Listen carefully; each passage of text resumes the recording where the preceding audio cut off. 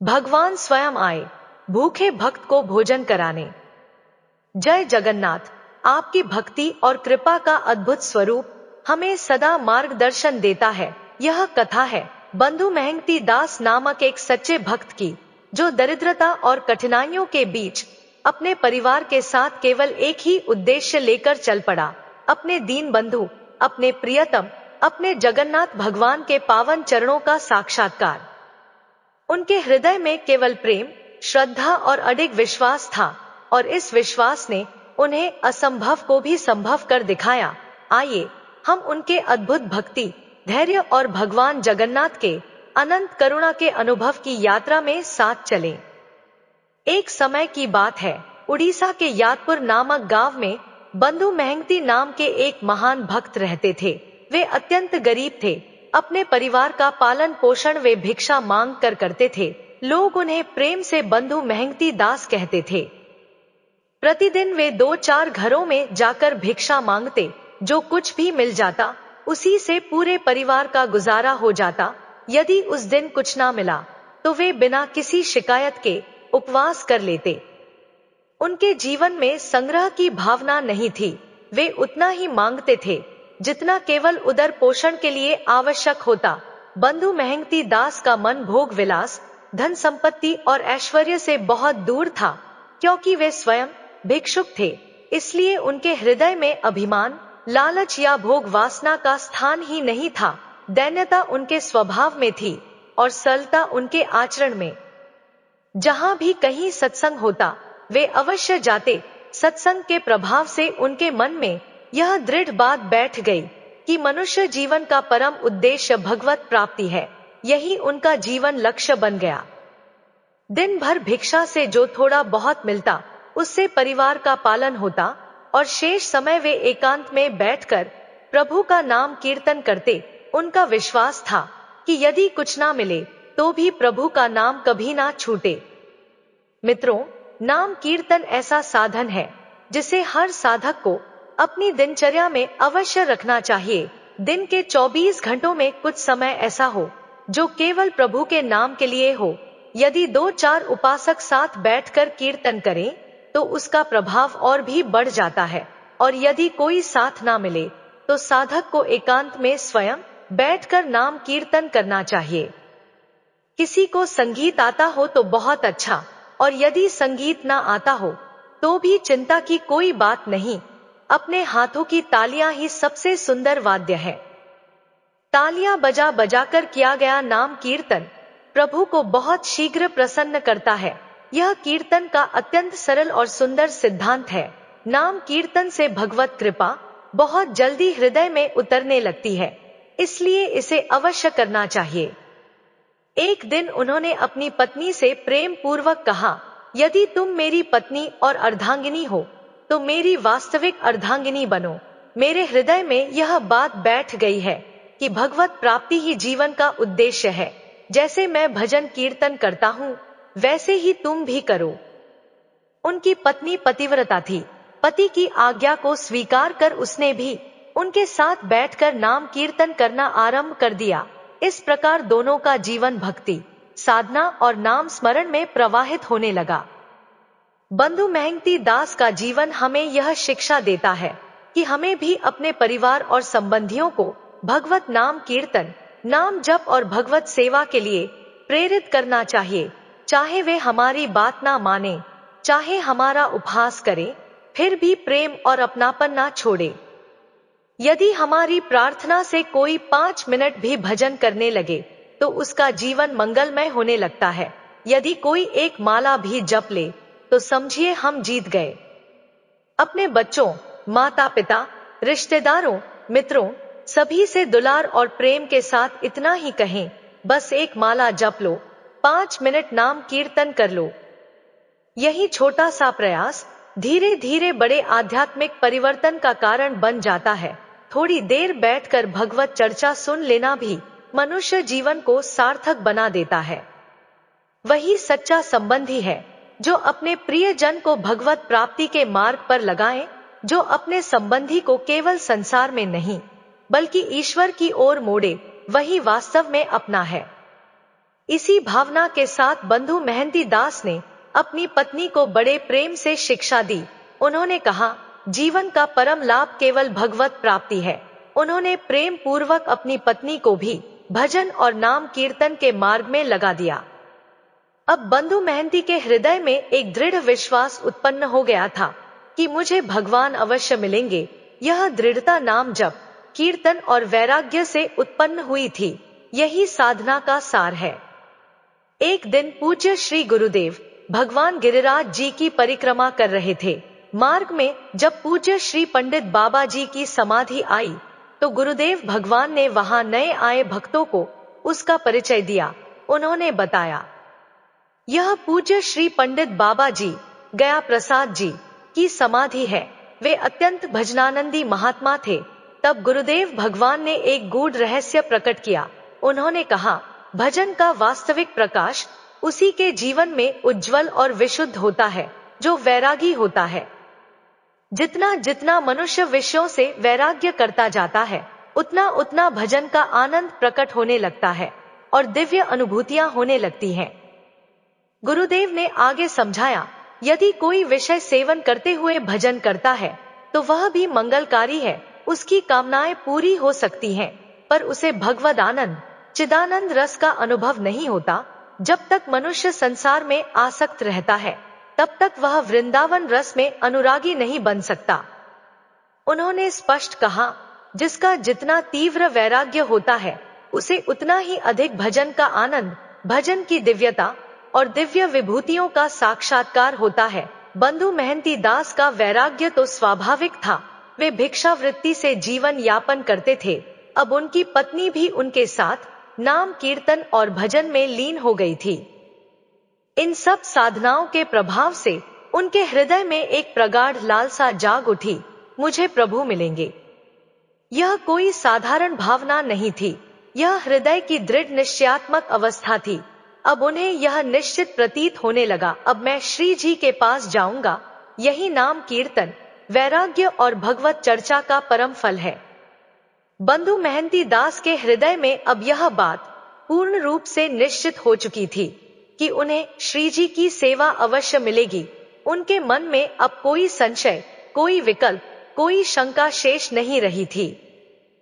जब हृदय में ऐसी दृढ़ता आ जाती है तो समझ लेना चाहिए कि प्रियालाल ने स्वयं अपने समीप बुला लिया है, क्योंकि जो निश्चय और विश्वास हृदय में प्रकट होता है वह भक्त की ओर से नहीं बल्कि प्रभु की ओर से ही आता है। यह इस बात का संकेत होता है कि प्रभु ने भक्त को स्वीकार कर लिया है। अब उनके भीतर एक नई तड़प जाग उठी। मन में विचार आने लगा, मुझे प्रभु मिलेंगे। यही नहीं, उनके हृदय में यह लालसा भी प्रबल हो गई कि उन्हें ऐसे भगवत भक्तों का कृपा प्रसाद प्राप्त हो जो स्वयं प्रभु के अनुराग में डूबे हुए हों। वे सोचने लगे, ऐसे भक्त कहाँ मिलेंगे, किस स्थान पर जाऊं? जब भगवत मिलन की तीव्र इच्छा जागती है, तब भक्त के हृदय में एक गहरी प्यास उत्पन्न होती है। जहां जहां प्रियतम की चर्चा सुनने को मिले, भक्त वहीं वहीं खोजता फिरता है। वह सोचता है, कहीं कोई ऐसा प्रेमी मिल जाए जो मेरे प्रीतम के रूप का वर्णन करे, उनके गुणों को सुनाए, उनके प्रेम की बातें बताए। कोई ऐसा मिले जो मुझे वह मार्ग बता दे जिससे मेरे प्रीतम मेरे नेत्रों के सामने प्रकट हो जाए। यही तड़प भक्त के हृदय को दिन रात व्याकुल रखती है। बंधु मेहंती दास का जीवन अत्यंत साधारण था। रहने के लिए एक छोटी सी टूटी हुई झोपड़ी थी। घर में बस कुछ मिट्टी के पात्र थे। कई कई दिनों तक भिक्षा में अन्न भी नहीं मिलता था और उन्हें भूखे रहकर ही समय बिताना पड़ता था। फिर भी उनके चेहरे पर दुख नहीं बल्कि आनंद झलकता था। जैसा कि देवर्षि नारद जी ने कहा है, भगवान की सेवा और भगवत प्राप्ति के लिए धन का होना आवश्यक नहीं है।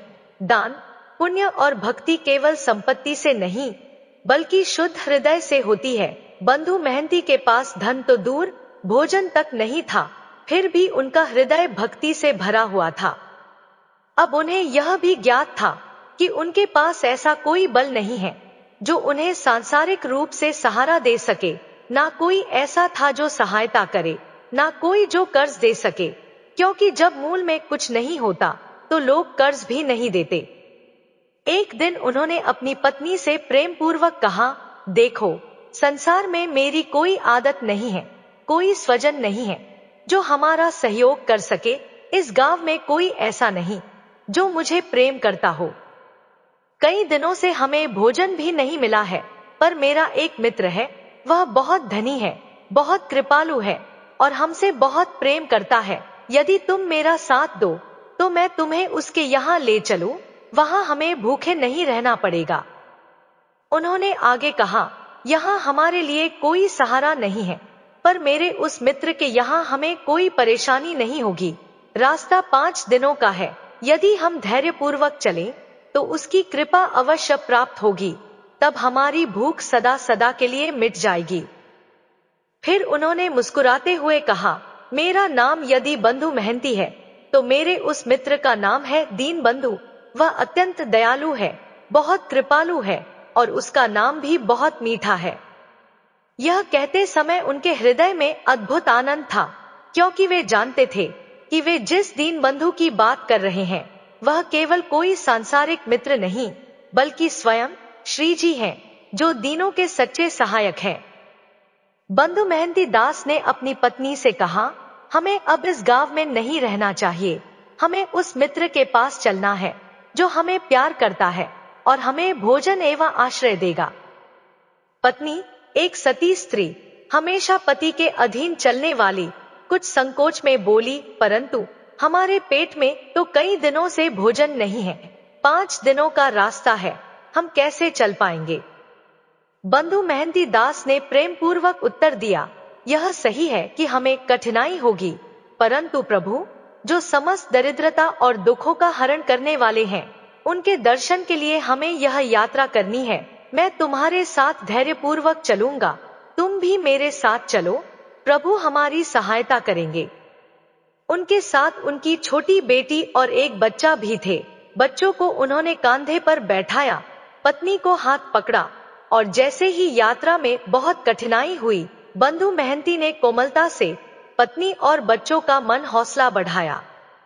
उन्होंने कहा, देखो, पानी पी लो, वृक्षों के कोमल पत्ते खा लो, प्रभु की कृपा से हमारे दिन अवश्य बदलेंगे।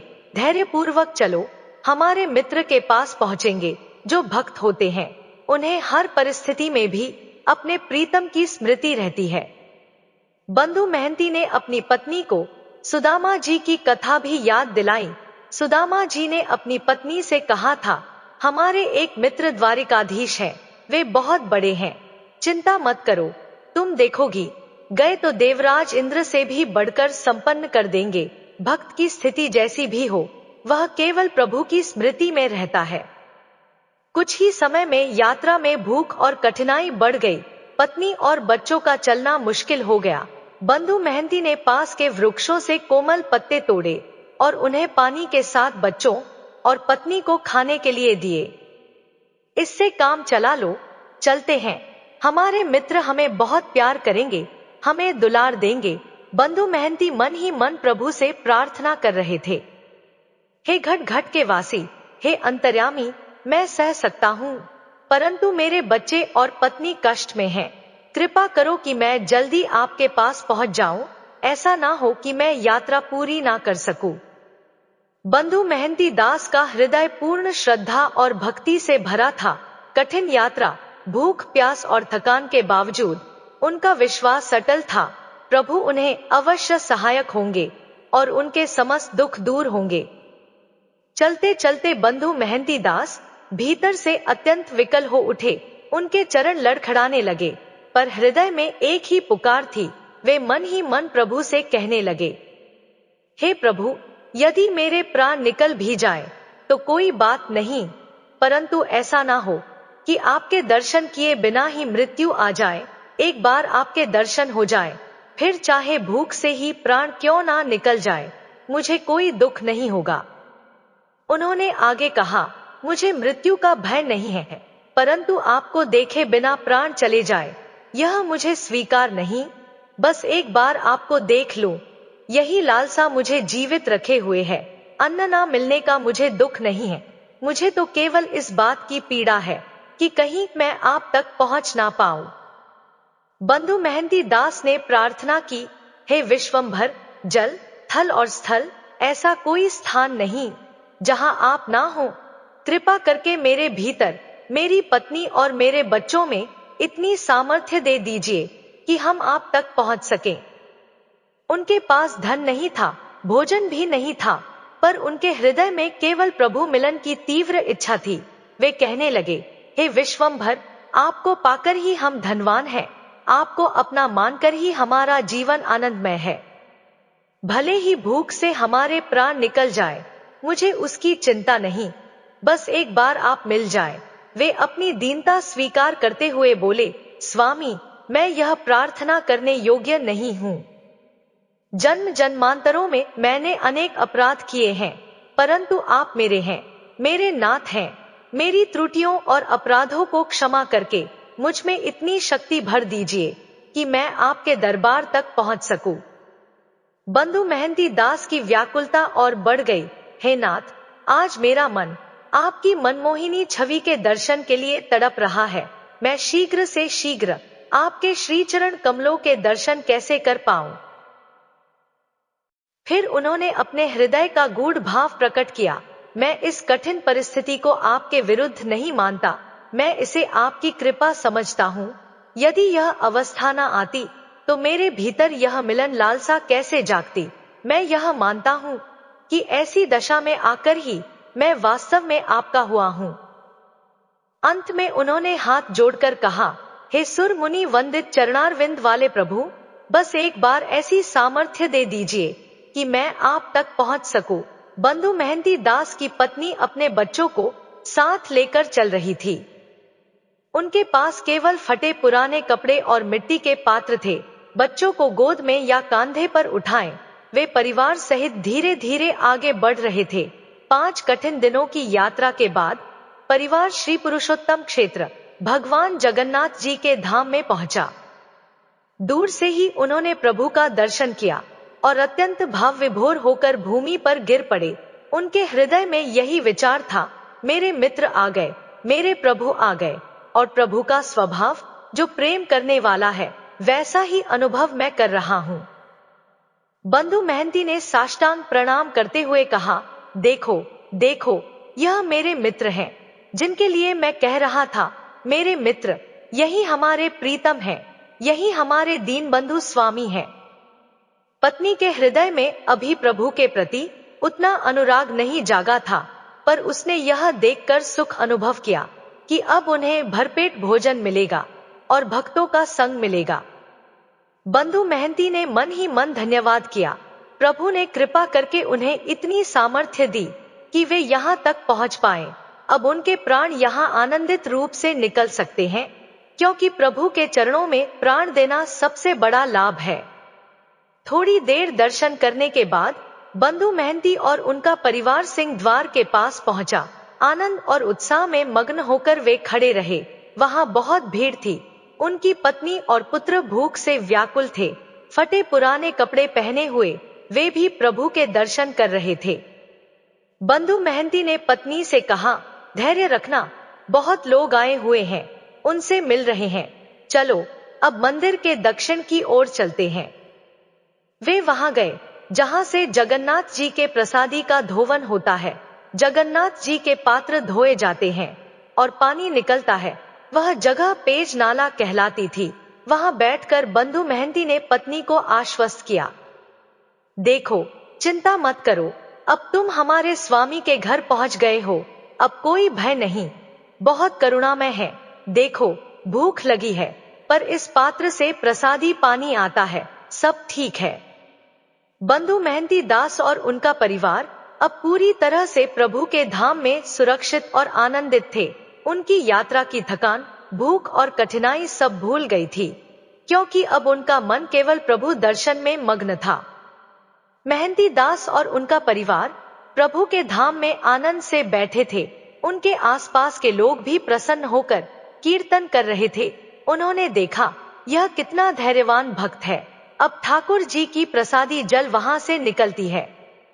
वही पात्र जिनमें प्रक्षालन किया जाता है, उसके फेन आदि को लेकर बंधु मेहंती बच्चों को पिलाते हैं, पत्नी को पिलाते हैं और स्वयं भी पीते हैं।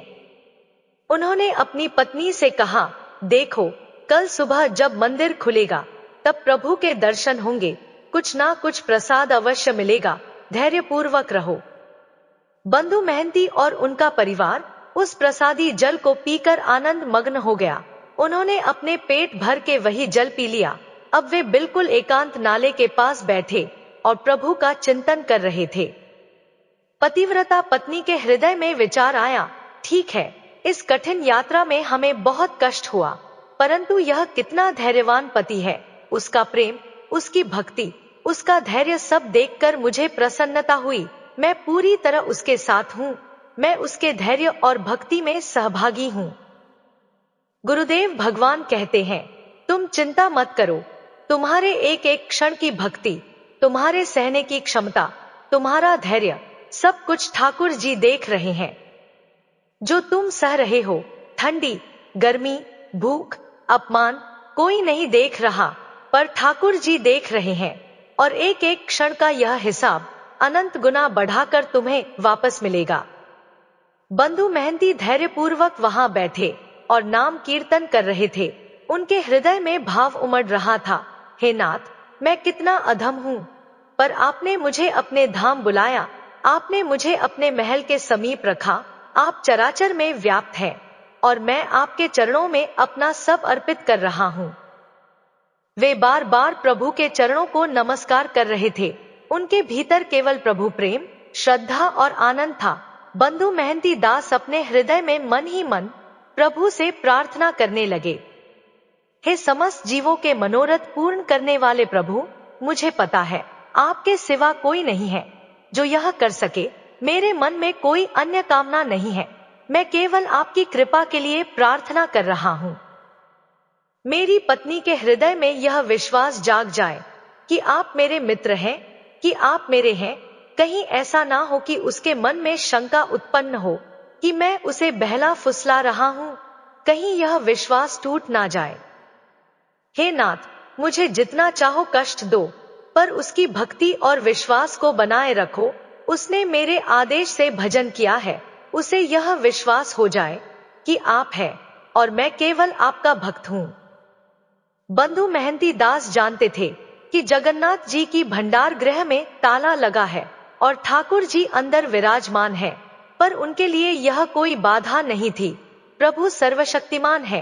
भक्तों की प्रार्थनाओं और तड़प को सुनने में उन्हें कोई ताला या दरवाजा रोक नहीं सकता। ठाकुर जी ने अपनी भंडार गृह से थाल उठाई।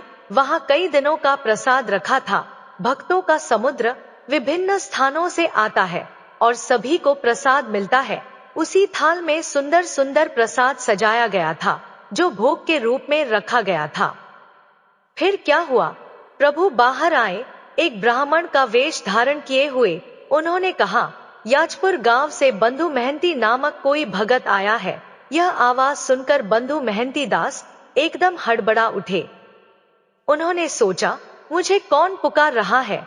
क्या यह मेरे नाम की पुकार है या किसी और का? लेकिन तभी उन्होंने अनुभव किया कि यही उनका प्रभु है। प्रभु ने उन्हें स्वयं बुलाया है। उनका हृदय खुशी और भक्ति से हिल रहा था। वे दौड़ पड़े और उस ब्राह्मण के पास पहुंचे। ब्राह्मण के हाथ में एक रत्नों से जटित थाल था जिसमें विविध प्रकार के सुंदर भोग और प्रसादी सजी हुई थी। ब्राह्मण मुस्कुराते हुए बोला, प्रभु ने अंदर से भोग की थाल तुम्हें भेजी है, ले लो। बंधु मेहंती दास के हाथ कांप रहे थे। उन्होंने सोचा, यह साक्षात प्रभु ही है। प्रभु मुझे प्यार करते हैं, मेरी भक्ति को स्वीकार किया। उन्होंने अपनी पत्नी से कहा, देखो देखो, मैं कह रहा था ना, मेरे मित्र मुझे बहुत प्यार करते हैं। अब बहुत भीड़ चली गई है, हमें फुर्सत मिली। प्रभु ने हमें यह भेजा और हम उनकी नजर में हैं। उन्होंने बच्चों को जगाया और ब्राह्मण ने कहा, तुम आराम से प्रसाद लो, थाल को वहीं रख दो, समय पर हम ले जाएंगे, चिंता मत करो। ब्राह्मण वेशधारी भगवान ने यह कहकर थाल ले लिया और चले गए। बंधु मेहंती दास उस समय समाधि भाव में डूबे रहे। उनकी आंतरिक चेतना में प्रभु की कृपा का अनुभव उमड़ रहा था। वे इतने समय तक उस अनुभव में मग्न रहे कि पत्नी को बार बार उन्हें स्पर्श करके जगाना पड़ा। फिर सभी ने बैठकर भरपेट भोजन किया। कई दिनों के बाद उन्हें इतना प्रसाद मिला था। यह सब स्वयं ठाकुर जी की कृपा और अमृतमय प्रसाद था। बंधु मेहंती दास ने ध्यान से उस थाल को संभाला। उन्होंने विचार किया, यह तो प्रभु की थाल है, इसे कहाँ रखा जाए। वे फटे पुराने कपड़े में इसे लपेटकर अपने पास रख लिया और अपने सिराने पर रख दिया। अगले दिन जब मंदिर खुलेगा तब वे प्रसाद का पूर्ण आनंद लेंगे। बंधु मेहंती दास और उनका परिवार यात्रा और कठिनाई के बाद खूब आराम से सो गया। उनके हृदय में मंगलमय स्वप्न चल रहे थे। वह सिर पर भगवान के रत्नों से जटित थाल रखकर सो रहा था। उसके मन में कोई तमोगुणी निद्रा नहीं थी, केवल प्रभु का स्मरण और प्रसन्नता थी। उधर ठाकुर जी के भंडार में पट खोले गए और भंडार खुला देखा गया। सभी सामग्री अस्त व्यस्त थी, ताला खुला हुआ था और वह बहुमूल्य रत्नों से जटित थाल गायब था। सब सेवक आश्चर्यचकित हो उठे, यह थाल कहाँ चला गया? भंडार में कौन घुसा? ठाकुर जी के सेवक आपस में बोले, आप आए थे, आपने ऐसा किया। सभी ने साफ इनकार किया, हम में से कोई नहीं, हम तो अपने लोगों की सेवा में हैं, ऐसा कोई काम हमने नहीं किया। सबने मिलकर चारों तरफ देखा। आखिरकार पेज नाले के समीप थाल दिखाई दिया। वह फटे कपड़े में लिपटा हुआ था, पर रत्नों की चमक दूर से ही नजर आ रही थी। सेवक और कर्मचारी हड़बड़ा गए, चिल्ला उठे, देखो यह चोर है, इस स्त्री और बच्चों के साथ पकड़ो। लेकिन जब उन्होंने देखा कि यह वही बंधु मेहंती दास का परिवार है जो थके हुए, आनंदित और प्रभु की कृपा का अनुभव करते हुए सो रहे थे, तो सबको समझ आ गया। कुछ लोग भले ही थाल लेने आए थे, पर बंधु मेहंती का धैर्य और श्रद्धा देखकर स्तब्ध रह गए। स्त्री भी रो रही थी, पर कह रही थी, हे प्रभु, मेरे मित्र बड़े कृपालु हैं, रात में तो सब चलाते, सुबह पिटाई भी करवाते, फिर भी हमारे मित्र हैं। बंधु मेहंती दास के हृदय में केवल जय जगन्नाथ, जय गोविंद की ध्वनि उठ रही थी। पिटाई और अन्य सभी कठिनाइयों के बीच भी उनका मन प्रेम सागर में मग्न था। ठाकुर जी और उनके पार्षदों ने यह सब देखा। यह परिस्थितियां इसलिए आईं ताकि बंधु मेहंती का धैर्य, भक्ति और विश्वास और प्रगाढ़ हो। बंधु मेहंती दास ने अनुभव किया, कितनी भी भयंकर विपत्ति क्यों ना हो, भक्त कभी विचलित नहीं होता। उन्होंने मन ही मन कहा, हे नाथ, यह सब आपके लिए है, जय जगन्नाथ, जय गोविंद, भले कितनी भी विपत्ति आए, मेरी भक्ति अचल है। यह अनुभव उनके जीवन में गीता के सूत्र की तरह प्रकाशित हुआ। सच्ची भक्ति में दुख और पीड़ा कभी भी हृदय को विचलित नहीं कर सकती। कोतवाल ने बंधु मेहंती दास से पूछा, तुम्हें यह थाल कैसे मिली? बंधु मेहंती दास ने विनम्रता और आश्चर्य से उत्तर दिया, विचार कीजिए, मुझे तो पता भी नहीं कि यह थाल कहाँ रहती है, भोग कहाँ रखा जाता है। मैं याजपुर गांव का हूँ, यहाँ केवल दर्शन के लिए आया था। रात्रि में एक ब्राह्मण आया और उसने मुझे यह थाल और प्रसाद दिया। मैं और मेरी पत्नी केवल इसे लेकर गए, कोई और कुछ नहीं किया। वह ब्राह्मण पुजारियों को दिखाने लगा, पर उनमें से कोई भी समझ नहीं पाया। उनमें से कुछ बोले, तुम झूठ बोल रहे हो। लेकिन सोचिए, अगर मैं भंडार में घुसता तो प्रधान गेट का ताला टूटना चाहिए था, पर गेट वैसे ही बंद था। यह सब देखकर मैं केवल प्रभु की लीला का अद्भुत अनुभव कर रहा था। इस घटना से यह स्पष्ट होता है कि प्रभु से प्रेम और भक्ति होना ही सच्चा धन है। ना धन, ना जाति, ना कुल, ना शरीर की शक्ति, कुछ भी प्रभु से प्यार और अपनापन के बराबर मूल्य नहीं रखता। बस भक्त का सच्चा प्रेम और आत्मीयता ही प्रभु को आकर्षित करती है और वही भक्त को सच्चा सम्मान और आनंद प्रदान करती है।